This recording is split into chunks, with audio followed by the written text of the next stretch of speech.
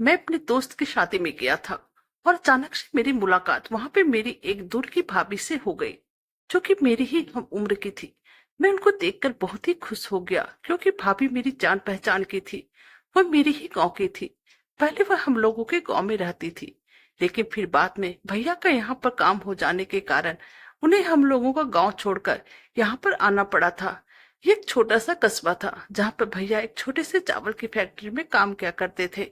मैं यहाँ पर अपने दोस्त की शादी में आया था और जैसे ही मेरी नजर मेरी भाभी पर पड़ी, मैं बहुत ही खुश हो गया। जब भाभी हम लोगों के गांव में रहती थी, तब मेरी और उनकी अच्छी दोस्ती हो गई थी। कभी कभी हम दोनों मजाक भी कर लिया करते थे और एक दूसरे के हाथ भी पकड़ लिया करते थे। मुझे उनका हाथ पकड़ना बहुत ही अच्छा लगता था। भाभी देखने में भी काफी खूबसूरत थी, लेकिन यह तो पुरानी बात थी। परंतु आज जब से मैंने भाभी को इस शादी में देखा, पता नहीं क्यों मेरा मन उनको देखकर एकदम से खिल गया और फिर मुझे पुरानी बातें याद आने लगी और मेरा दिल करने लगा कि मैं अभी भाभी के पास चली जाऊं और उन पे बाहों में भर लूं। और फिर जब अचानक से भाभी की नजर मुझ पर पड़ी, वह मुझे देखकर मुस्कुराने लगी और फिर तुरंत मेरे पास आकर मेरा हाथ पकड़कर अपने घर ले जाने लगी। मैं भी कुछ ना बोल सका और फिर मैं बिना कुछ बोले उस आधी रात को भाभी के घर चला गया। भैया तो काम के सिलसिले से बाहर गए हुए थे। घर पहुंचने के बाद फिर हम दोनों एक दूसरे में इस तरह से लिपट गए मानो कितने दिनों की प्यास इस दिल में धरी हुई थी। पहले तो मैं सब नहीं करना चाहता था, लेकिन बाहर ठंड का मौसम हो रहा था और एक ही रजाई होने के कारण खुद भाभी मेरे इतने करीब आ गई और मुझसे इस तरह लिपट गई जैसे कि डाली वृक्ष से लिपट जाती है। और मैं उन्हें मना नहीं कर पाया और फिर हम दोनों एक रजाई के अंदर। मेरा नाम विक्रम है। मैं महाराष्ट्र के छोटे से गांव में का रहने वाला हूँ। मेरी उम्र 26 साल है। ये एक कहानी नहीं बल्कि मेरी जिंदगी में घटी हुई एक सच्ची घटना है। मुझे पता है कि मुझसे गलती हुई थी, लेकिन मैं उस गलती को गलती नहीं मानता हूँ, क्योंकि मेरी एक गलती के कारण किसी की जिंदगी आबाद हो गई थी और यह मुझे हर पल हर लम्हा मेरे दिल को सुकून पहुंचाती थी। मैं अपने दोस्त की शादी में उनके गांव गया हुआ था। वैसे तो मैं जाना नहीं चाहता था, लेकिन मेरे दोस्त ने इतनी जबरदस्ती की, मुझे जाना ही पड़ा। और फिर जिस गांव में मैं बाराती बनकर गया था, उसी गांव में मेरे एक दूर के रिश्ते की भाभी का घर था। उनका नाम कोमल है और उनकी शादी को करीब 6 साल हो गए थे, लेकिन अभी तक भाभी माँ नहीं बन पाई थी। भाभी भी इस शादी में आई थी और मैंने उन्हें दूर से ही देख लिया था, लेकिन भैया मुझे कहीं पर भी नजर नहीं आ रहे थे। भाभी चुपचाप से एक कोने में खड़ी होकर बारात को देख रही थी। उनके चेहरे पर चमक तो बहुत थी, परंतु उनके आंखों में मुझे एक उदासी नजर आई थी। मुझे उनके साथ बिताए हुए वो सारे पल याद आने लगे, जब भाभी मेरे ही गांव में रहा करती थी। उस वक्त हम दोनों बहुत ही हंसी मजाक एक दूसरे के साथ किया करते थे। मेरी भाभी की आंखों में उस वक्त एक अजीब सी चमक रहती थी, चेहरे पर हर वक्त हंसी रहती थी। परंतु आज मुझे ना ही उनकी आंखों में वो चमक दिख रही थी और न ही उनके चेहरे पर वो हंसी दिख रही थी। मैं और भाभी उस वक्त काफी क्लोज हुआ करते थे। कभी कभी हंसी मजाक में भाभी का हाथ भी पकड़ लेता था और भाभी हंसकर बस मुझे देखा करती थी। हम दोनों में बहुत ही अच्छी दोस्ती हो गई थी, लेकिन मैंने कभी भी भाभी को बुरी नजर से नहीं देखा था। मैं बस उन्हें अपना दोस्त मानता था। और फिर 2 साल बाद हम लोगों के गांव में रहने के बाद भैया का इस शहर में नौकरी लग गई थी, जिस कारण भाभी अब यहाँ पर आकर भैया के साथ रहने लगी थी। और फिर हम दोनों के बीच कभी ना कोई बात हुई और ना ही मुलाकात हुई। लेकिन आज जैसे ही मेरी नजर भाभी पे पड़ी, मैं बस उन्हें देखता ही रह गया। आज मैं फिर से भाभी को करीब 4 साल के बाद देख रहा था और उन्हें देखते ही मुझे उनके साथ बिताए हुए पल याद आने लगे थे। मैं थोड़ा गुमसुम टाइप का लड़का था और जल्द किसी के साथ खुलता मिलता भी नहीं था, लड़कियों से तो बिल्कुल भी नहीं। लेकिन आज जब से मैंने भाभी की खूबसूरती को फिर से देखा, तो उनकी जवानी और खूबसूरती ने मेरे मिजाज ही बदल कर रख दिए थे। मैं तो अब उन्हें अपनी बाहों में लेने का सपना देखने लगा था। पता नहीं क्यों मेरे दिल में इस तरह के विचार आने लगे थे। मैंने अपने दिल को समझाने की बहुत ही कोशिश की थी, मगर मेरा दिल मानने को तैयार ही नहीं था। भाभी शादी में जहां जहां जा रहे थे, मैं बस उन्हें छुप छुप कर देख रहा था। उस दिन मैंने पहली बार अपने दिल को इतने मजबूर होते देखा था। कुछ घंटे में एक अच्छे भले आदमी पागल दीवाना बन गया था। जनवरी का महीना था तो ठंड भी बहुत ही ज्यादा बढ़ती जा रही थी। रात के साथ साथ ठंड भी बढ़ रही थी। शादी का माहौल था तो सोने की व्यवस्था भी कुछ ठीक नहीं थी। मैं ये सोच रहा था कि इतनी सर्द बढ़ गई है, न जाने रात कैसे कटेगी। लेकिन भगवान ने मेरी प्रार्थना सुन ली और मेरी समस्या का समाधान कर दिया। अचानक से भाभी मुस्कुराते हुए मेरे पास आ गई और आते ही अपने गले से लगा लिया। मैं तो उनको देखकर पहले ही अपना दिल और दिमाग खो बैठा था, और अब जैसे ही भाभी ने मुझे अपने गले लगाया, मेरे अंदर एक अजीब सी तूफान उठने लगा। भाभी का मुझसे लिपटना मुझे बहुत ही सुकून दे रहा था। पता नहीं क्यों मुझे उनकी खूबसूरती अपनी ओर खींचे जा रही थी। दिल कर रहा था कि भाभी यूं ही मुझसे लिपटे रहे, क्योंकि मुझे एक अलग ही तरह का आनंद मिल रहा था, जिसे मैंने पहली बार महसूस किया था। मैं बिल्कुल मदहोश हो गया था। तभी भाभी मुझसे अलग होते हुए बोली, विक्रम तुम कब आए? मैं बोला, मैं तो दिन में ही आ गया था। फिर भाभी मुझे बोली, क्या बात है, तुम मुझे इस कुछ परेशान लग रहे हो? इतने दिनों के बाद हम और तुम मिले हैं, फिर भी तुम्हारे चेहरे पर यह परेशानी क्यों है? मैंने भाभी को अपनी परेशानी बताई कि यहाँ पर सोने का कोई इंतजाम नहीं है, और ठंड भी बहुत बढ़ रही है। समझ में नहीं आ रहा है कि यह रात कैसे कटेगी। मेरी बात सुनकर भाभी मुझे बोली, इसमें परेशान होने वाली कौन सी बात है? तुमने मुझे कब से पराया समझ लिया? तुम मेरे साथ मेरे घर चलो और वहां पर चलकर आराम से सो जाना। मैं एकदम से खुश हो गया। खुशी के मारे मेरा चेहरा लाल हो गया, और अब मैं बिना देर किए भाभी के साथ उनके घर की तरफ उस अंधेरी रात में चल पड़ा। यहाँ का रास्ता बहुत ही खराब था, और अनजाना रास्ता होने के कारण बार बार मुझे चलने में परेशानी हो रही थी। मैं आहिस्ता आहिस्ता कदम बढ़ा रहा था। तब भाभी मुझे कहने लगी, विक्रम तुम मेरा हाथ पकड़ लो, अंधेरे में तुम्हें रास्ते का पता नहीं चलेगा। मैंने तुरंत अपना हाथ उनकी तरफ बढ़ा दिया। जैसे उन्होंने मेरा हाथ अपने मुलायम हाथों में लिया, मेरे पूरे बदन में एक लहर सी दौड़ गई। अपने हाथों में उनका मुलायम हाथ पकड़कर मुझे बहुत ही अच्छा फील हो रहा था। आहिस्ता आहिस्ता हम दोनों एक दूसरे का हाथ पकड़कर उनके घर की तरफ बढ़ने लगे। उसी वक्त रास्ते में कुछ और लोग भी अपने घर की तरफ जा रहे थे। हमसे आगे कुछ ही दूरी पे तीन चार औरतें भी जा रही थी, और भाभी के बारे में बातें कर रही थी। उनमें से एक ने कहा, मालती कल तुम्हारी बेटी की सगाई है, लेकिन तुम कोमल को मत बुलाना, नहीं तो अपशकुन हो जाएगा। तुम्हें तो पता है ना कि वह एक बांझ है। एक ने तो यह भी कह दिया कि न जाने कोमल के पति उसे किस तरह से झेल रहा है। उसे तो कब का इसे तलाक दे देना चाहिए था और दूसरी शादी करके अपना घर बसाना चाहिए था। अंधेरी रात होने के कारण उन्हें इस बात का आभास नहीं था कि हम भी उनके पीछे पीछे चले आ रहे हैं, इसलिए वो इस तरह की बातें कर रही थी। उनकी बातें सुनकर भाभी ने मेरे हाथ को जोर से दबा दिया, जैसे वो इन बातों को बहुत ही मुश्किलों के साथ बर्दाश्त कर रही थी। मैं उनकी तरफ देखने लगा, और वह मेरी तरफ देखकर फुट फुट कर रोने लगी। मैंने उन्हें थोड़ी देर रुकने के लिए कहा तो वह रुक गई। अब इस बार मैंने भाभी के दोनों बाजुओं को पकड़ लिया और उन्हें हिलाते हुए कहा, भाभी आपको इस तरह की घटिया बातों पर ध्यान नहीं देना चाहिए। जब आपको पता है कि आप में कोई दोष नहीं है, तो फिर आप अपने मन को दुखी क्यों करती हैं? आप बहुत ही अच्छी हैं, देखना एक दिन सब कुछ ठीक हो जाएगा। मेरा इतना कहते वह रोते हुए मुझसे लिपट गई और कहने लगी कि विक्रम, यह आज की बात नहीं है, यह तो मेरे साथ रोज ही होता है। मेरा अब जीने का बिल्कुल भी दिल नहीं करता है। मुझे ऐसा लगता है कि मैं जाकर अपनी जान दे दूं। मैं इन बातों से तंग आ गई हूँ।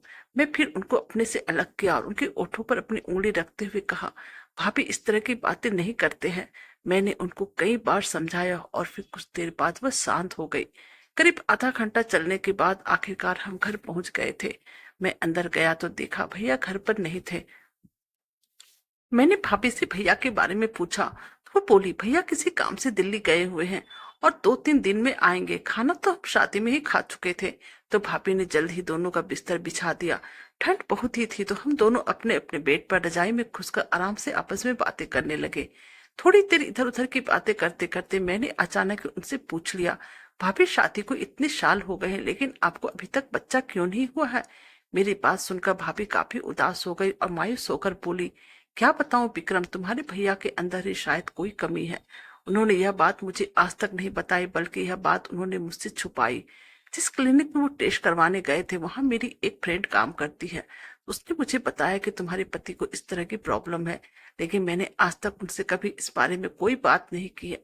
लेकिन एक बात जरूर है कि तुम्हारे भैया शादी महत्व पर बहुत ज्यादा विश्वास करते हैं, उन पर बहुत ही ज्यादा भरोसा करते हैं, और अब उन पर पैसे भी बहुत ज्यादा लुटाते रहते हैं। कोई साधु कहता है कि 5-6 महीने में खुशखबरी मिल जाएगी, तो कोई साल भर के अंदर खुशखबरी मिलने की बातें करते हैं। यह सब 6 सालों से चला आ रहा है। एक ने तो अभी 2 महीने भी खुशखबरी का वादा किया है, लेकिन मैं जानती हूँ इन सबसे कुछ नहीं होने वाला है। यह सब पैसे लूटने का एक तरीका है। लेकिन तुम्हारे भैया मेरी बात सुनते ही नहीं है। और इतनी बात करते हुए भाभी रोने लगी। भाभी का यूं रोता देख मुझे अच्छा नहीं लगा, और मैं अपने बेड से उठकर उनके बेड पर जाकर बैठ गया और फिर अपने हाथों से भाभी का आंसू पोंछने लगा। फिर मैं आंसू पोंछकर अपने बेड पर वापस आने लगा तो भाभी मेरा हाथ पकड़कर बोली, विक्रम, अगर आज तुम नहीं होते तो मैं शायद कुछ कर बैठती। तुम बहुत ही अच्छे हो, तुमने आज मुझे बचा लिया। और फिर उन्होंने मेरा हाथ अपने हाथों में ले लिया और कहने लगे, बहुत ही कम मर्द ऐसे होते हैं जो औरतों के दर्द, उनकी भावनाओं को समझ पाते हैं। तुम उनमें से ही एक हो। मुझे यह सुनकर अच्छा लग रहा था। बात करते हुए भाभी मेरे हाथ को दबाई जा रही थी। मैं उस लम्हे के बारे में तो कुछ कह ही नहीं सकता, मगर मेरे दिल के अंदर एक तूफान उठ रहा था। मेरा दिल कर रहा था मैं उनके सारे दुख दर्द को कम कर दूं और उन्हें मां बनने का सौभाग्य दे दूं। लेकिन मेरा जमीर मुझे इसकी इजाजत नहीं दे रहा था। कोई किसी को अच्छा लगना और किसी की मजबूरी का फायदा उठाना, ये अलग अलग बातें होती है, और मैं भाभी की मजबूरी का फायदा नहीं उठा सकता था। मुझे पता था कि वो मुझे बहुत ही अच्छी लगती है। मैं चाहूं तो एक पल में उसे अपना बना सकता था, लेकिन मैं उस टाइप का लड़का नहीं था। फिर मैंने अपने आप को संभाला और चुपचाप भाभी की बातों को सुनने लगा। फिर भाभी बोली, विक्रम, जो भी लड़की तुमसे शादी करेगी वो बहुत ही खुश नसीब होगी, क्योंकि तुम औरतों की इज्जत करते हो और उनकी भावनाओं को भी अच्छे से समझते हो। वह अपनी ही बातों में मजबूर थी, लेकिन अचानक ही उनका ध्यान मेरी तरफ गया, क्योंकि क्योंकि इस कपकपाती ठंड में मैं बिना रजाई का भाभी के बेड पर बैठा हुआ था। भाभी बोली, विक्रम, तुम भी रजाई के अंदर आ जाओ, क्योंकि ठंड बहुत ही ज्यादा है। यह सुनने के बाद तो मेरे दिल की धड़कन तेज होने लगी। मैं समझ नहीं पा रहा था ये सब क्या हो रहा है, क्यों हो रहा है। मैं कुछ नहीं बोला तो इस बार भाभी ने खुद ही रजाई मेरे पैरों के ऊपर रख दी। अब हम दोनों एक ही रजाई के अंदर एक साथ थे। फिर उन्होंने कहा, सॉरी विक्रम, मैं तो अपना ही दुखड़ा रोए जा रही थी। तुम बताओ कुछ अपने बारे में, कैसी चल रही है तुम्हारी जिंदगी। मैंने कहा, पढ़ाई तो कंप्लीट हो गई है, बस जॉब तलाश कर रहा हूँ, लेकिन वह है कि मिलती ही नहीं है। कोई बात नहीं विक्रम, अभी तो तुम्हारे पास लंबी जिंदगी पड़ी है, जॉब मिल जाएगी। और अब भाभी मेरे बिल्कुल ही करीब आ गई थी, यूं कहीं कि चिपक गई। विक्रम, तुम्हारे मन में कभी ऐसा विचार नहीं आया कि तुम्हारी भी एक गर्लफ्रेंड होनी चाहिए। मैंने कहा, विचार तो आते हैं, मगर कोई ऐसी मिली ही नहीं आज तक। फिर वो मेरी तरफ मुड़ गई और बोली, तुम्हें किस तरह की गर्लफ्रेंड चाहिए। मैंने भी तबाक से कह दिया, बिल्कुल आपकी तरह चाहिए। इस पर उन्होंने मुस्कुराते हुए कहा, मेरी तरह ही क्यों चाहिए, क्योंकि आप बहुत ही सुंदर हो, समझदार हो और एक अच्छी दिल की इंसान भी हो। तुम झूठ बोल रहे हो। मैंने कहा, मैं झूठ क्यों कहूंगा, काश आप मेरी नजरों से देख पाते। फिर उन्होंने एक ऐसा सवाल पूछा जिससे मेरा दिमाग एकदम से टकरा गया। उन्होंने पूछा, क्या मैं तुम्हें अच्छी लगती हूँ। मैंने कहा, अच्छी नहीं, बहुत ही अच्छी लगती हो। तो अब मुझे थोड़ा थोड़ा यकीन हो रहा था कि भाभी भी मुझ में इंटरेस्ट ले रही है। बाहर सर्द रात गहराती जा रही थी, अंदर का माहौल भी गर्म होते जा रहा था। फिर भाभी बोली, तुम पहले इंसान हो जिसने मेरी तारीफ की है। मुझे ऐसा लग रहा था जैसे मेरी बातों से भाभी को बहुत ही खुशी मिल रही थी। मिलती भी क्यों नहीं, हर इंसान तारीफ का भूखा होता है। मैं भाभी से एक ही बात कहना चाहता था, लेकिन सब जबान पर आते आते रुक जाते थे। लगता था कहीं मेरी बात का बुरा ना मान जाए। पता नहीं क्यों मैं भाभी को हमेशा खुश देखना और उनकी हर गम मिटाना चाहता था।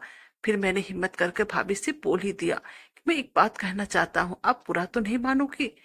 तुम कुछ भी कह सकते हो, मैं तुम्हारी किसी बात का बुरा नहीं मानूंगी। फिर मैं बोला, भाभी, मैं आपको औलाद का सुख देना चाहता हूँ, क्योंकि मैं आपको इस तरह रोते हुए और मायूस होते हुए नहीं देख सकता हूँ। आप मुझे अच्छी लगती हैं और मैं हमेशा चाहता हूँ आप खुश रहें।